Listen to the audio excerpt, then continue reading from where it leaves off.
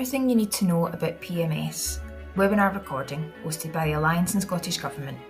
So hello everybody, thank you so much for joining us today. I'm Jen Stewart from the Health and Social Care Alliance, and this is our final Women's Health webinar of 2023. Everything you need to know about PMS.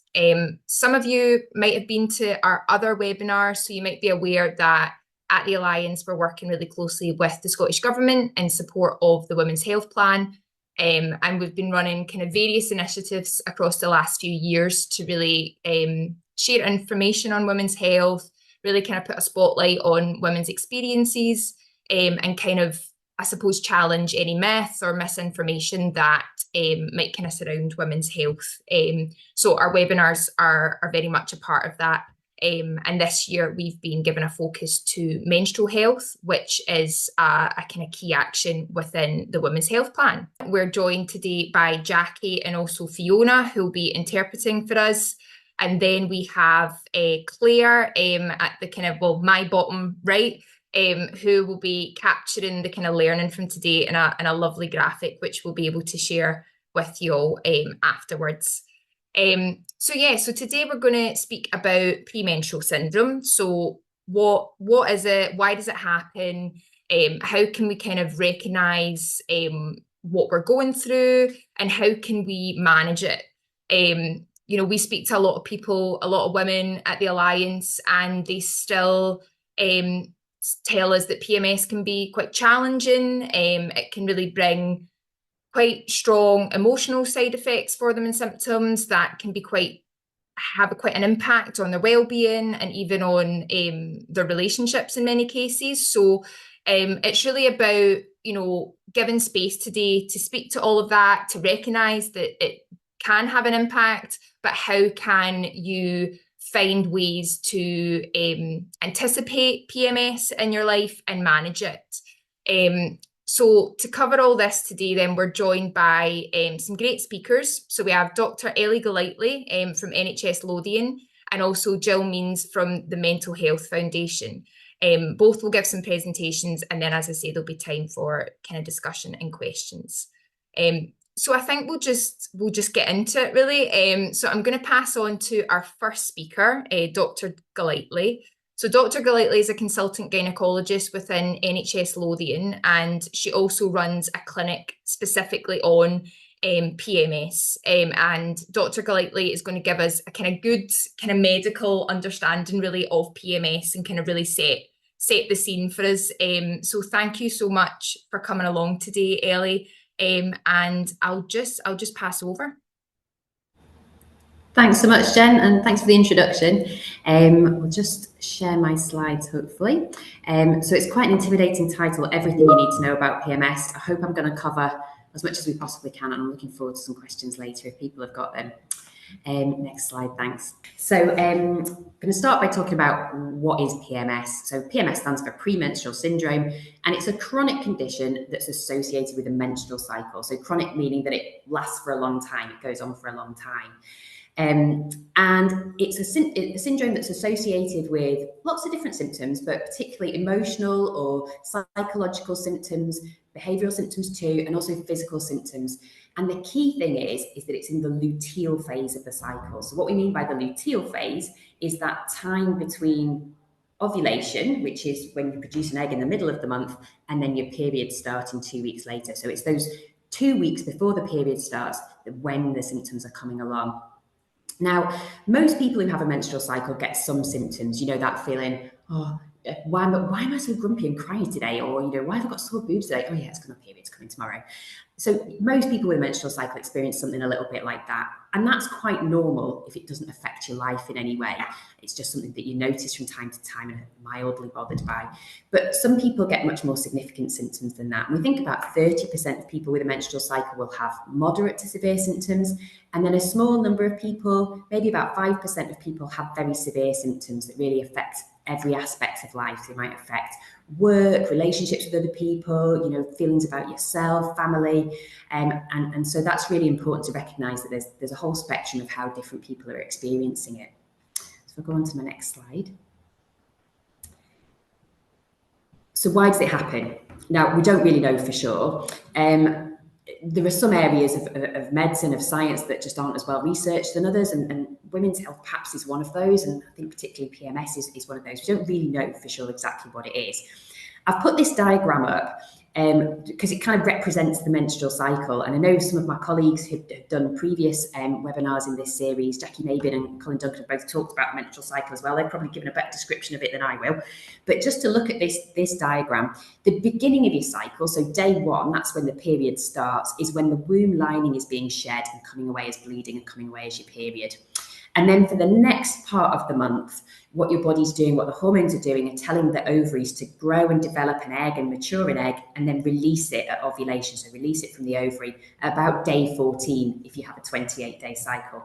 Then for the second half of the month, what you've got is the hormones telling the womb to thicken up the womb lining so that if the egg gets fertilized, it can settle in the womb lining and turn into a pregnancy. If you get to the end of the month and the egg hasn't been fertilized, the hormones tell your body to break down the womb lining, and it gets shed as your period, and that's the normal cycle that goes by month to month. And the reason I put this diagram up is that you can see that throughout the month, to control that process, there's a big fluctuation in a lot of these reproductive hormones that are controlling that process. And in particular, that blue line represents progesterone, which is one of the reproductive hormones. And you can see there's this big peak in the second half of the cycle. And what we think about PMS and why it happens is that some people are just particularly sensitive to changes in the reproductive hormones, especially progesterone. So there's hormone receptors all over our bodies, and some people's bodies just recognize that, and it causes particular symptoms, it causes particular changes in the brain that some people notice more than others. There's also thought to be an interaction between progesterone and some of its metabolites, allopregnanolone, and other hormones like serotonin. So we think of serotonin as the mood hormone, and there's some interaction between those different things. And again, that's thought to be one of the mechanisms behind why we notice these changes and symptoms with PMS. But why some people get it and others don't, we just don't know. Next slide, please. So what are the symptoms? So I've read that there can be up to 150 symptoms of PMS, which is just everything that you can think of, really. And that really just reflects how it affects different people differently. But really common ones, I've listed a few here: mood swings, feeling low, feeling down, lack of self-confidence, just feeling not right in yourself in that time, feeling irritable, angry, getting a rage with people, feeling anxious, on edge, crying more than you might do. And it's really common people say, I just feel out of control. I don't feel my normal self, and I can't control these feelings that I'm experiencing. It might lead to conflict with other people. It's really common to have disturbed sleep in PMS and just not get off to sleep as well, or wake up early, and that can lead to fatigue and tiredness. Food cravings, change in appetite, just wanting to eat all the cake. These are really, really common things as well.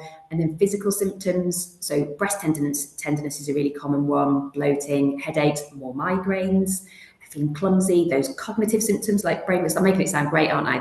So it really varies from person to person. Some people might have just a small number of these symptoms. Some people might have a whole load, and there might be a different focus for one person to another as well. And that might change over your lifetime as well. So some people might have always felt they've had PMS symptoms ever since their period started. And then for other people, they've started later on in life. And one thing that's really common that we hear in the clinic as well is that women will say, I've always had a bit of PMS. I've always felt that that's, it maybe went away a bit in my 20s, but I've always dealt with it a bit, but I've managed to cope. But as I've got into my 40s, as I've got into my mid-40s, maybe approaching the menopause, it's gotten much, much worse. So that's really common, and we think that has to do with the fact that there are some times in your life where the ups and downs of the hormones are much more significant and lead to much more significant symptoms. So let's go on to the next slide. I thought I'd mention what is PMDD. We hear a lot about PMDD, and what that stands for is premenstrual dysphoric disorder. And what that is it's one type of severe PMS. And the thing that's particular about it is that it's focused on mood symptoms. It's a psychiatric diagnosis that's first been described in America, and there are quite strict criteria to diagnose this particular type of PMS. So there's a list of 11 symptoms, and you have to have 5, and they have to come from certain categories. We also have to see diaries. I'm going to talk much more about diaries in a second. You also have to see diaries over several months to be able to diagnose PMDD. And another thing that's important about it is that it's not just part of another condition, like a physical condition, perhaps a thyroid disorder, or a mental condition, like, for example, a depressive disorder or a personality disorder. So, as I say, there's quite strict criteria, and I think it is important to say that, because I think sometimes people say PMDD, and what they mean by it is severe PMS. So I've got PMS and it's really, really affecting me badly. I've got PMDD. And it's important to say that you might not have PMDD, you might not fit into this strict criteria of what that illness is, but that doesn't necessarily mean you haven't got severe PMS and that we need to find ways to help. So I just thought I'd just pull that out as a distinction there. So we'll move on to talk about how we're managing it. So I'm going to talk generally about how we manage PMS, not just severe PMS, but anybody who might be experiencing PMS symptoms. And there are loads of things that we can do ourselves and changes that we can make that can really improve symptoms, and studies have shown that they can as well. So the ones that I've got on this page here, they're not rocket science. They are not anything that is going to massively change anything all of a sudden, but they're changes that we can make in our lives that together, even small things adding up, can make quite a big difference as well.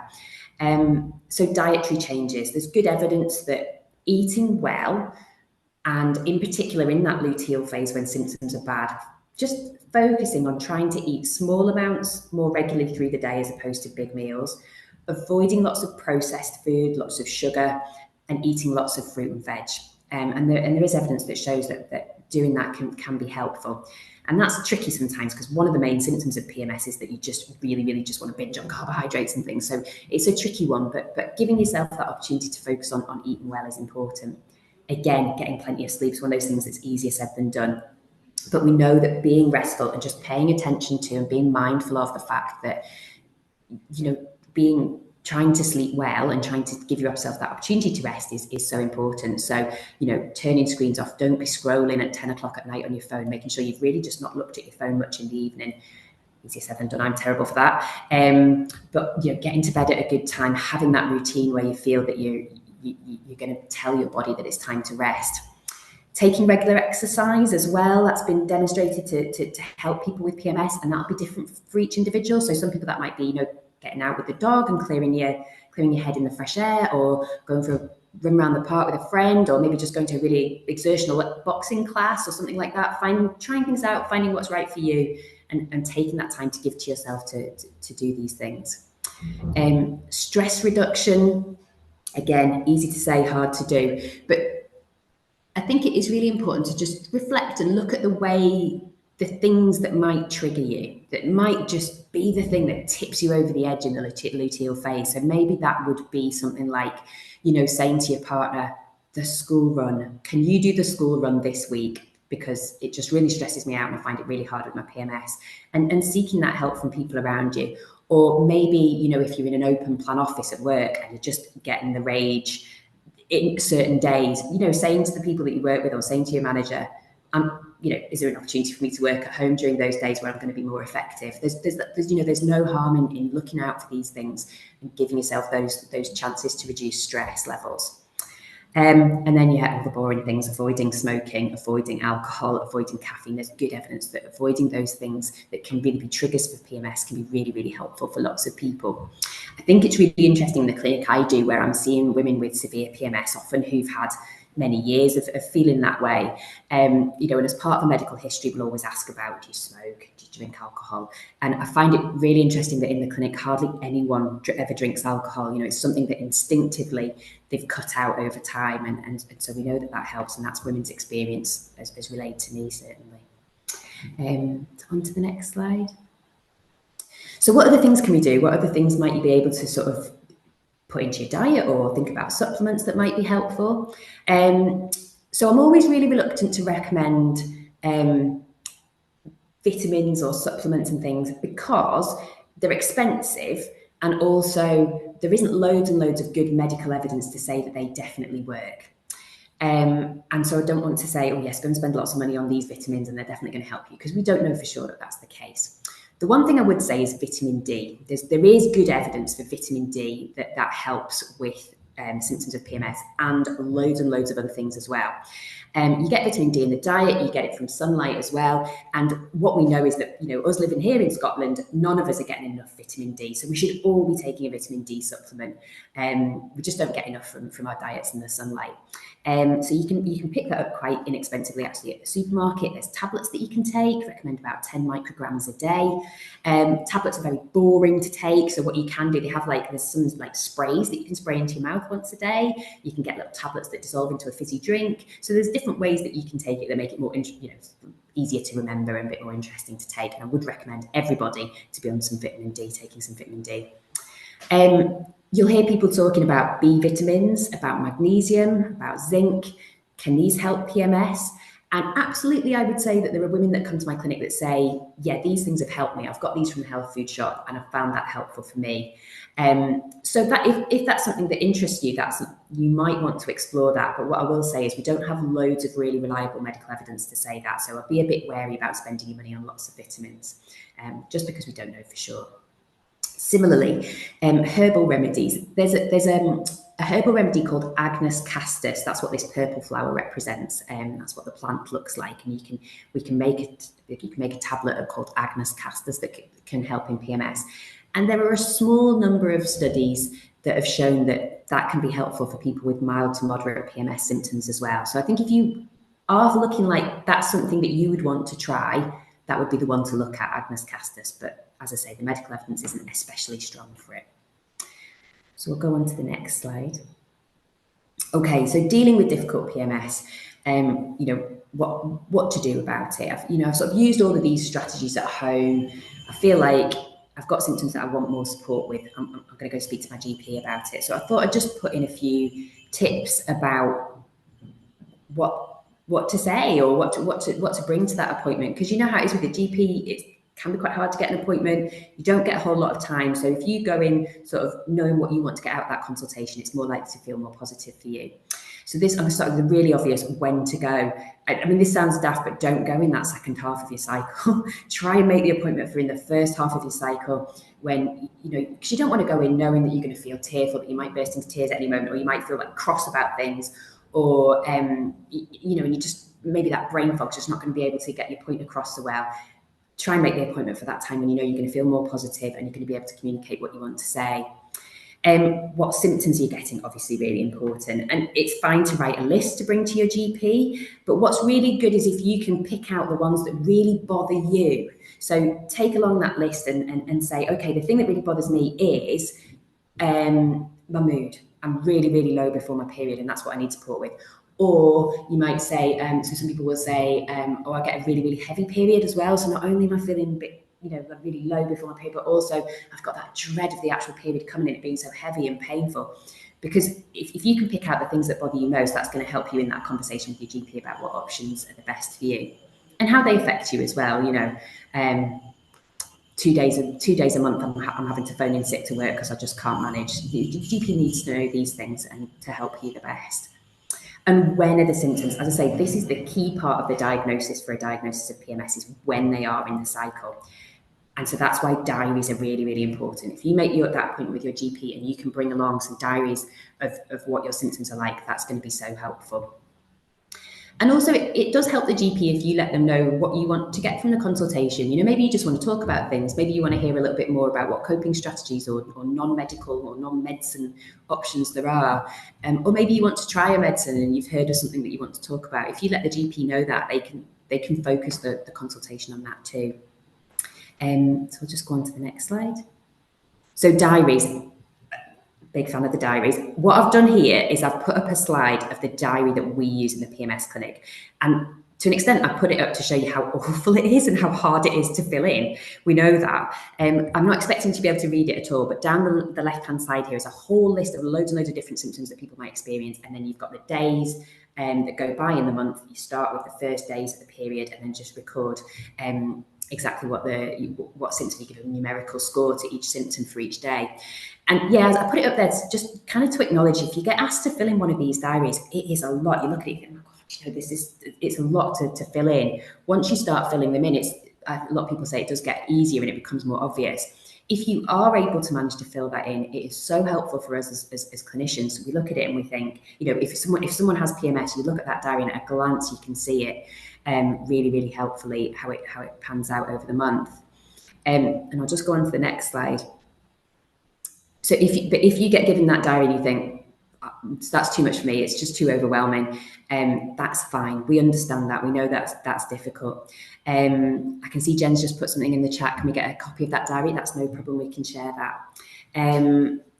Other diaries, right? So whatever works for you. So if you're keeping a diary like that is too much, you might want to write it in your diary that you're keeping a note of everything else. You might want to print out. So some people will print out the wee sheets from the internet. They've got like a little calendar, like a grid that I've got at the back there, and just write, I bled here. This is what I was doing every day. And then there's loads of apps as well that people find more convenient to use, and that's fine too. The kind of important things are to keep it prospectively. So what I mean by that is as you go along, as opposed to just try and cast back, how did I feel on that day 6 weeks ago, just before my period. Keep it as you go along. Try and keep at least 2-3 months before you take it to your GP, and try and record something daily as well. So even on those good days, write something down about how you were feeling that day. And anything that you can do is really, really helpful. So if we go on to the next slide. So treatment options, what's your GP is going to suggest to you? One of the options, and this is particularly helpful for people who are maybe wanting to avoid taking any medication, but we know that cognitive behavioural therapy, or CBT, is a really helpful technique for some women. It's not for everybody, not everybody finds it helpful, and some people find it helpful only in adjunct with something else, but it's something that your GP might be able to refer you to, particularly online. And if that's something that you've tried before, if you're interested in, that's something that's good to ask about. We don't necessarily have tailored CBT that's specifically for PMS. We'd love to develop that for our clinic, but we don't have that at the moment. But generalized CBT is also helpful. And then the two main medications that your GP might discuss with you are, first of all, the combined pill, and secondly, a group of medications called SSRIs. So I'll just look at those two things in turn. So thinking about the combined pill on the next slide. So the combined pill is something that's invented for contraception. It's got two hormones in it. It's got estrogen and progesterone. And the way it works is it suppresses ovulation. So it stops you producing an egg every month. So obviously that's how it works to start getting pregnant. But that is also helpful for PMS because it basically kind of smooths out these ups and downs. So your ovaries are still, and your body is still producing hormones, but you've got also those hormones that you've added in. And the idea is that you're not quite so subject to these fluctuations that are so triggering and stimulating of PMS, but more smooth. And it can be really, really helpful for lots of people to just smooth out those symptoms, make you feel more well over the month. The traditional way to take the combined pill is to take it for 21 days, 7 days off. 21 days, 7 days off, and then you have a regular monthly bleed with it. But you don't have to take it like that. So you can tri-cycle it. So what we mean is take 3 packets back to back. So you're only getting 1 bleed every 3 months. Or you can take it continuously, just keep going on it for as long as you want. Eventually your body will try and have a bit of a period. So stop for 4 days and then restart it. And both of those options, I would say, are good for people with PMS because obviously it reduces the amount of fluctuation in the hormones that you're getting. So most people will take it that way. There is some evidence that there's loads of different brands of the combined pill, and some are better than others. The estrogen is generally the same in all of them, but the progesterone can differ just slightly in the way it's made up biochemically in the lab. So there's evidence that the ones that contain a particular progesterone called drospirenone are better than others. So that's tablets like Yasmin and other brands that are similar to that. And so it may well be that your GP will prescribe those in preference than other types of combined pill, but some people find the other types helpful too. Other advantages, it does provide contraception, so if that's something that you're needing or it's important for you, then you've got that as a sort of 2-for-1. And I wanted to say as well that it can take time to settle down. Getting some side effects to any types of hormones and hormonal contraception is really quite common. And if you're going to get those side effects, you tend to experience them in the first month, 2 months, 3 months of getting it. And so it can be quite disheartening when you're wanting to feel better and actually you're feeling worse with side effects. And you'll often hear your GP or another clinician say, oh, try and keep going, try and persist. And the reason that we do that is for a lot of people who are able to persist and keep going with it for 3 to 6 months, they find that the side effects do settle down and you start to see the benefit. So 3 months is a long time in the grand scheme of things when you're trying to feel better. But if you are able to, that's the reason why we try to say, keep going on it, and oftentimes these things will settle. And then just to go on to my next slide, which we're going to be talking about SSRIs. So SSRIs are a family of drugs, and it stands for selective serotonin reuptake inhibitors. So serotonin is this mood hormone that we make, and SSRIs were invented for and commonly used for illnesses like depression and anxiety. That's what they were originally designed for. But there are studies that show that actually it's really helpful for PMS as well for some women. And what the studies generally say is that about 60% of people are helped by that. And also, so comparing to 30% of people who took a medication that didn't have the SSRI in it. So we know it does help people. Again, we don't really understand the mechanism of why that is. There's two different ways of taking it. You can take it continuously, so you take it as a tablet you take every day, but some people just take it in the luteal phase, so they'll just take it for that second 2 weeks of the cycle, or maybe they'll start taking it once they start to notice the symptoms and then take it up until their period and then stop. And I think that's really interesting because that's totally contrary to the way we'd say to take it for something else like depression, anxiety. So what that says to me, how that speaks to me is, well, we're not using it for depression, anxiety, we're using it for a different illness. And it must be working in a different way, and that's why it seems to work, taking it in this slightly unusual way of just taking it for part of the month.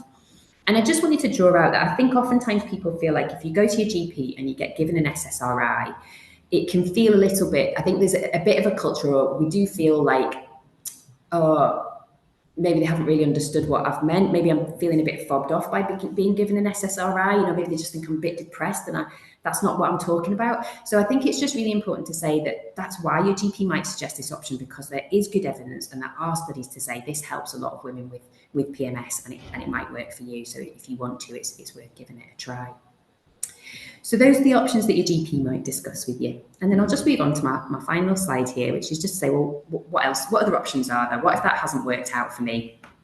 I'll just go back a little bit to say that for the group of women who are thinking they might be approaching the perimenopause and symptoms have got a lot worse, you might want to think about HRT. So even if you're not having any of those classical symptoms that we associate with the menopause, I'm also a menopause specialist. I could go on about the menopause for ages, but I won't, because there'll be another webinar on it, I'm sure. But you might want to consider HRT. So even if you haven't noticed those classical symptoms like hot flushes, like periods spacing out, that kind of thing, if you think you might be approaching the perimenopause, talk about that with your GP, because HRT can really help worsening PMS symptoms in that era of our lives. And finally, yeah, you know, if you've tried these things and you're feeling like I'm still not getting there, there's something else that I need to do, there's something more that I can talk about, your GP might be able to help you on, refer you on for other help, or to see other specialists like myself with the PMS clinic up at Chalmers in Lothian. Okay, so that's all the thoughts that I had. I'm going to hand on to Gill. I'm very happy to hear from her. Thank you so much. Thank you. That was so helpful. I think there was just so much there. And I mean, I didn't realise there was like 150 symptoms. So I think that will be really encouraging for a lot of people. And yeah, I think the way that, you know, there is treatment options there. There's lifestyle kind of adjustments, or there's, you know, and I think your explanation about why a GP might, you know, prescribe certain things was really, really helpful. So yeah, I think the sales of vitamin D will probably go through the roof after this. So yeah, thank you so much for that. So I'm just going to bring Gill onto the screen, and there we go. Yeah, that's you on the screen there. And I'll just hand over. So Gill is from the Mental Health Foundation Scotland. Gill Meens, project manager there.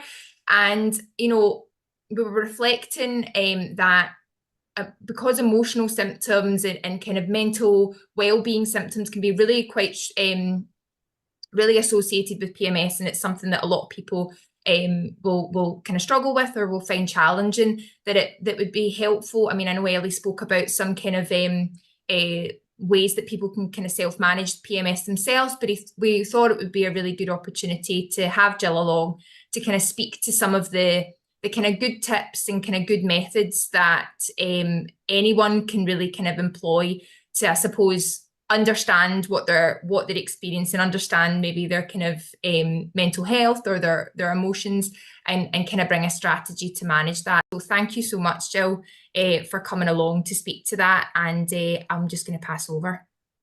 Thank you very much. I'm going to share my screen. Yeah, good afternoon, everybody.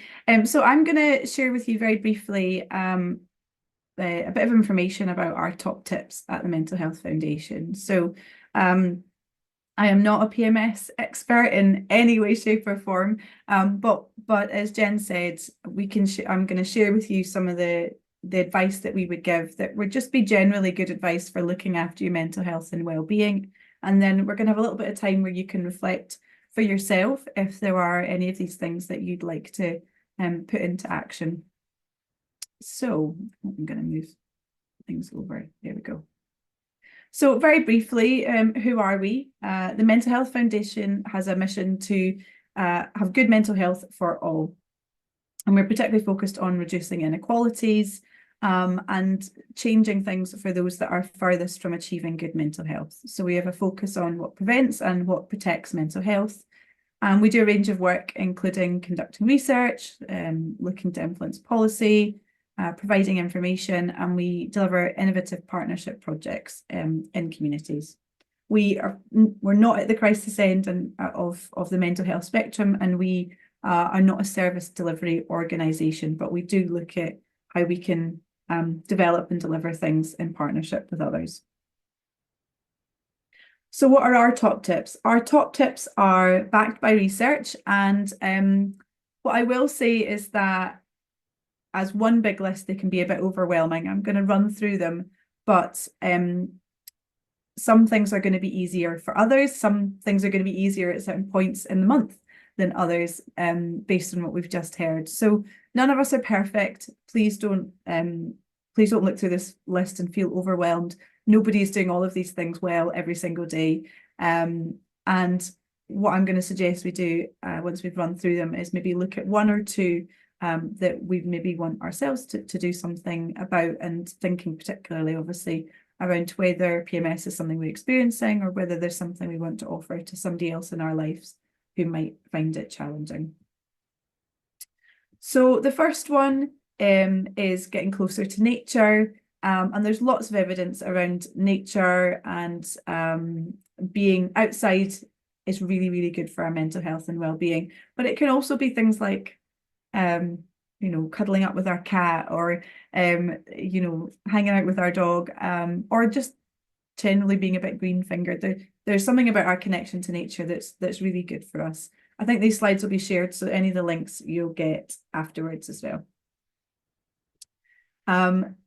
The other one would be learning to understand and manage your feelings. So I think this one's particularly important, referencing back to what Ellie shared. And what I would add to this is learning to understand and manage your feelings and cycle. So trying to maybe name some of the emotions we feel when we feel them, and that can help both in understanding why we might be behaving the way we are at times, but also in being able to share that with others and asking for support. If we can recognise and name our feelings, that obviously becomes much easier. The next one is talking to somebody you trust for support. So obviously, if PMS and the symptoms that you're experiencing are not something you feel like you can manage yourself, as we've touched on, absolutely please go and seek help from a GP, and get a referral if it's required. But a lot of us can get support from our existing networks. So friends, family, neighbours, colleagues, being able to share how we're feeling and talk it through can be really, really helpful.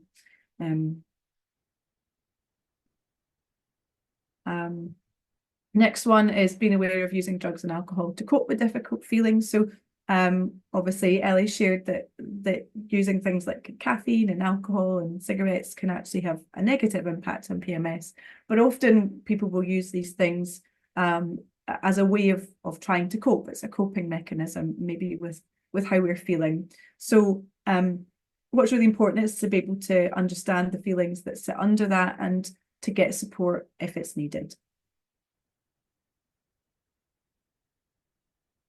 Another thing that we know can make anything going on much more tricky is if we are struggling with money. And we know that if that is the case for people, that it can really impact our stress levels and how we're feeling. And research shows that's one of the most common and serious sources of stress for many, many people.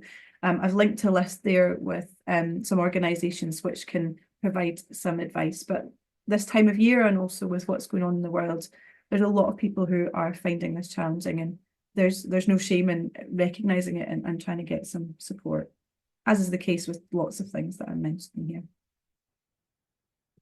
Again, Ellie touched on this, getting more from your sleep. There are lots of things in life that can make getting sleep really challenging.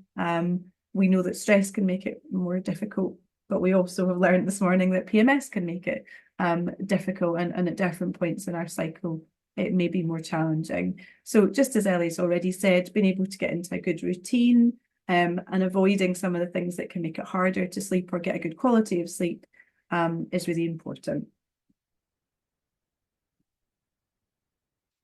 Being kind and helping to create a better world. We know that being kind is just good for the world. It's good for other people when we're able to show kindness, but it's also really good for us. It can boost our mood, make us feel more capable, strengthen our connections to others, and even help us cope better with any stress that we're feeling. Keeping moving, again, we've talked about this already. For some people, more formal exercise can be much more tricky. And so finding ways that help you to feel good, that release those hormones and we get the benefits is really important. And so it's about what movement can work for you and help you to feel good. Eating healthy food, again, also been touched on. We know that there's a real connection between mood and food. And so doing what we can to look after ourselves and to understand where our emotions and our appetites might be connected. And then the last couple, being curious and open-minded to new experiences. So we know that life can feel more interesting and more exciting if we're doing new things and trying new things. And they don't have to be, skydives and whatever. This can just be being curious and trying a different route for a walk or planning something different that we maybe haven't tried before. And finally, planning things to look forward to. So being able to have something to look ahead to that makes us feel hopeful can be really important as well.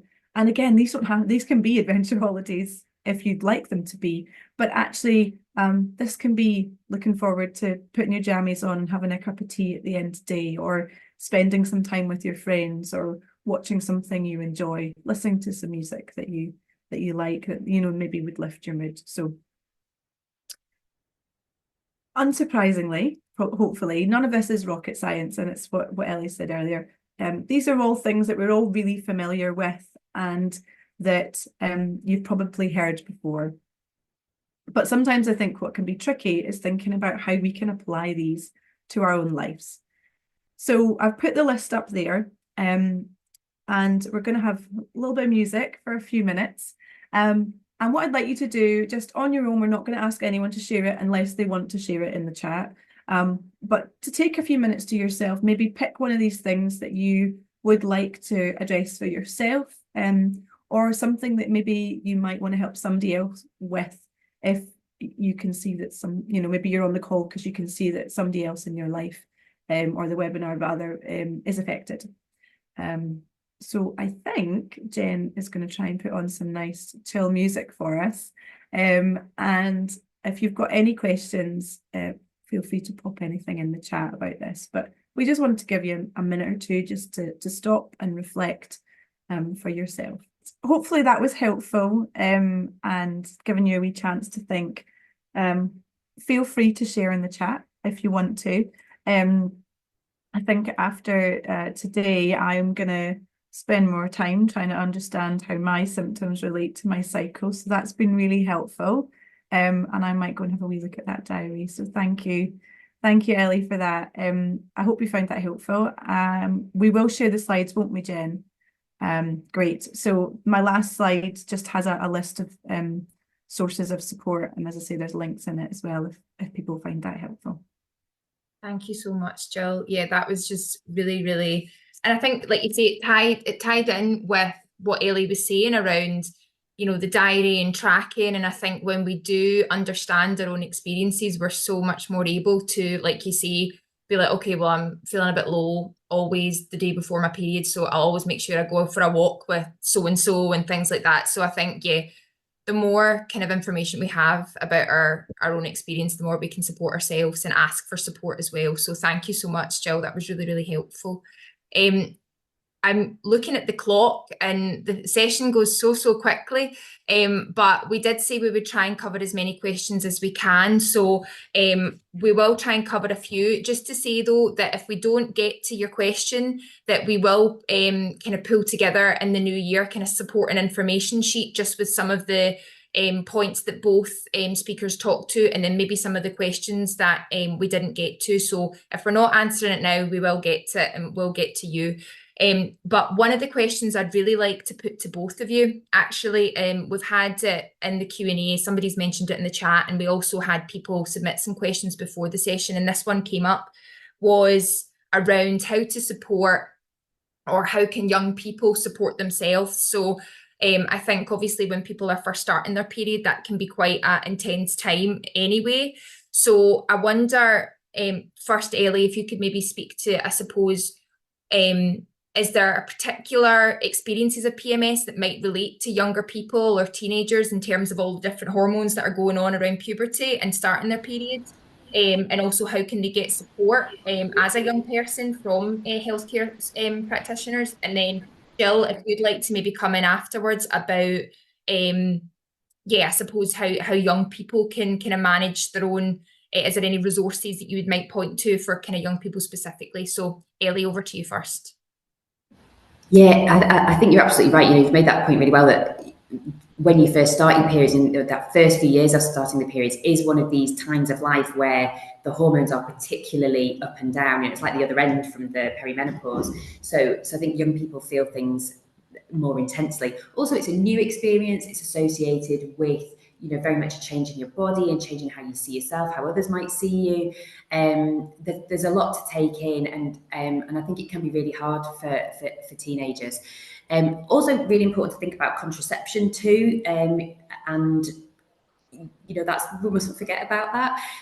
Many contraceptives just contain progestogens. So, for example, the mini pill, the injection, the implant, just contain progestogens. And some people find that isn't good for them, and actually they feel worse on that type of contraception. So that's something to be mindful of if you're a young person, you've started on contraception because you're not wanting to be pregnant, but also, why do I feel worse? Why are these PMS symptoms type things worse? It's worth considering, well, okay, do I want to go back to a non-hormonal option, like, for example, a copper coil, and that's fine for teenagers to have, or think about the combined pill as well, if that's suitable for you.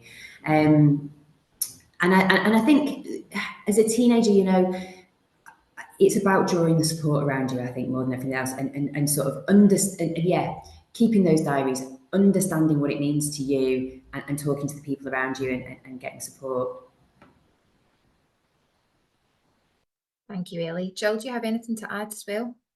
Yeah, I was just thinking, kind of thinking a little bit about what Ellie had shared in terms of being able to track things, and that there are lots of apps, quite a few of them are free, and actually can be quite empowering to start tracking some of those things for yourself. And that can certainly be something people can start in their teenage years if they've got a device, which a lot of them probably do. Some of the other things that might be helpful are just generally support around managing mental health and well-being. And there are lots of organisations that are doing that. We're also currently developing a pack called Stress Less, or relaunching a pack, in which I can give practitioners the details of, if people want to maybe deliver that to their school group or their youth group or whatever. But there's, I would say all of those kind of things that we've shared are just as relevant for young people. Yeah, no, thank you for that. And I suppose as well, I'm seeing somebody in the chat saying things around, this session has been encouraging for, I think they say breaking the guilt cycle, or just, I suppose kind of challenging the kind of stigma and the embarrassment or the feeling of, well, I'm not doing my best, at the moment, whether that be work, whether that be school. And it's just, I suppose, giving people the opportunity to recognise that this is normal, and that there are things that they can do to support, and that they can speak openly about their experience as well. They don't have to kind of shy away from the conversation. So yeah, no, that's helpful.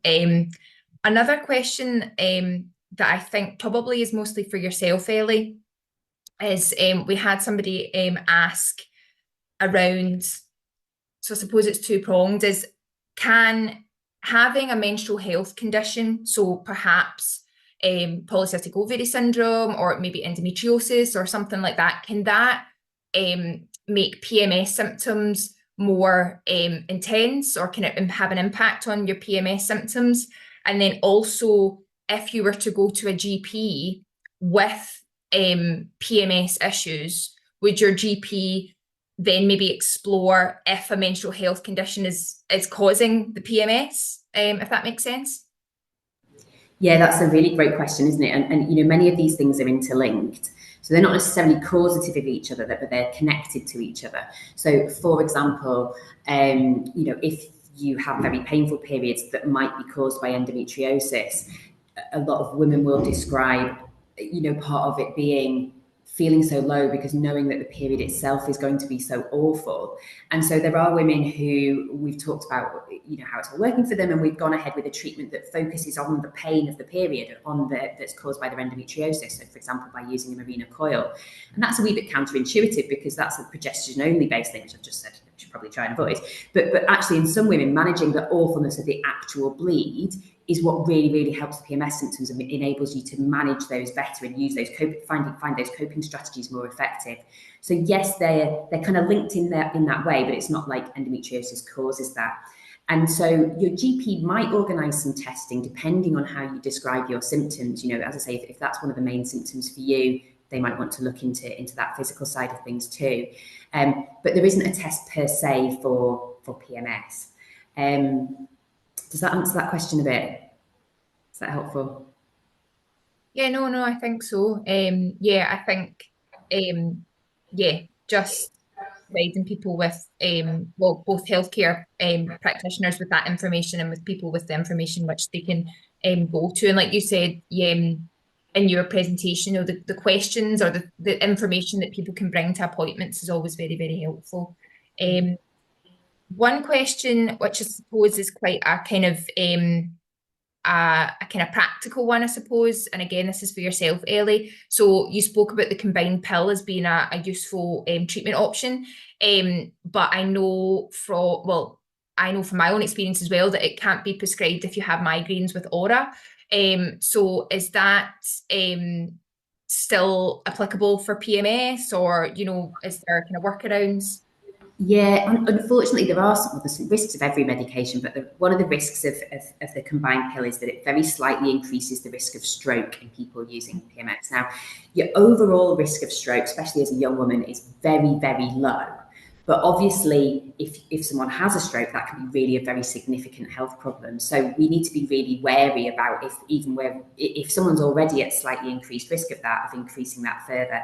And what we know about people who experience migraine with aura, so with this characteristically a zigzaggy light that you experienced before the headache itself, what we know about that is that slightly increases stroke risk. So it's associated with this slightly increased risk with the pill as well. So yes, for people with migraine with aura, we would say it's better to avoid the combined pill. Unfortunately, because that does rule out that option for those people. That's helpful. And I mean, you spoke about the other options in your presentation that people can kind of be prescribed. Gill, there's a question around, well, I suppose I touched on it a little bit there, around young people and kind of the embarrassment maybe, or the kind of stigma around speaking about their menstrual health. And so I'm just wondering from you know, your perspective at the Mental Health Foundation, is there tools for young people for any age really that you would recommend, so that people, because, you know, you spoke about the importance of people talking to people they trust, but sometimes that embarrassment around periods, around PMS, can really kind of hold people back from that. So is there tools around tackling kind of your own feelings of embarrassment or that kind of stigma that you might suggest? That's a great question. And I don't know if I know the A tool. big question, probably. Yeah, so there's lots of tools and lots of information online around stigma. And we know that stigma is a challenge for people in terms of mental health, but it plays into so many other things that people experience. And I think one of the things we're touching on really is people feeling shame or people feeling embarrassed, and they can be really big blockers for opening up about anything. And I think that the trusted relationship bit is really, really key here. So particularly for young people, they move from those trusted relationships maybe being with parents or adults, and those moving to their peers. And so having good, strong friendships and peer groups is really, really important. And some of that can be online as well as in person too. So I would suggest that it's actually about young people reflecting on, having space to reflect on relationships and who are their trusted people. And the pack that I mentioned earlier has some activities in it where young people can think about their friends and who they trust and who they would go to with them, with any concerns, and reflect on who are the people in my life that I can take difficult things to and they can handle that. So I think trusted relationships is actually really, really important for that people have, that children and people have safe people they can speak to. That's great. Thank you so much. I'm afraid we've came to time. There was more questions that I'm sure we could have got to, and I really appreciate everybody putting them in the Q&A. But as I say, we will do our best to get those answers to you in the new year. So can I just say thank you so much to Ellie and Gill for your presentations today and for answering all those questions. I think it was so helpful. I learned so much. So thank you so much. Also to Jackie and Fiona for the hard job of interpreting. Thank you again for that. And for Claire, I know that it's again another hard job pulling together the graphics. So once that's finished, we'll also send that to everybody who signed up for the webinar as well, so that they can see the final version. Just to point to some resources that would be helpful around PMS.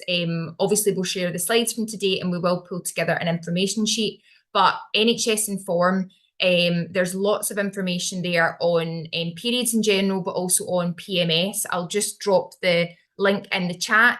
There's videos there. Actually, Ellie's in a video. There's also a handy tool on kind of periods and mental health, a kind of self-assessment tool. So lots there. Obviously, the Mental Health Foundation Scotland, which Gill represents, has lots of resources on their website.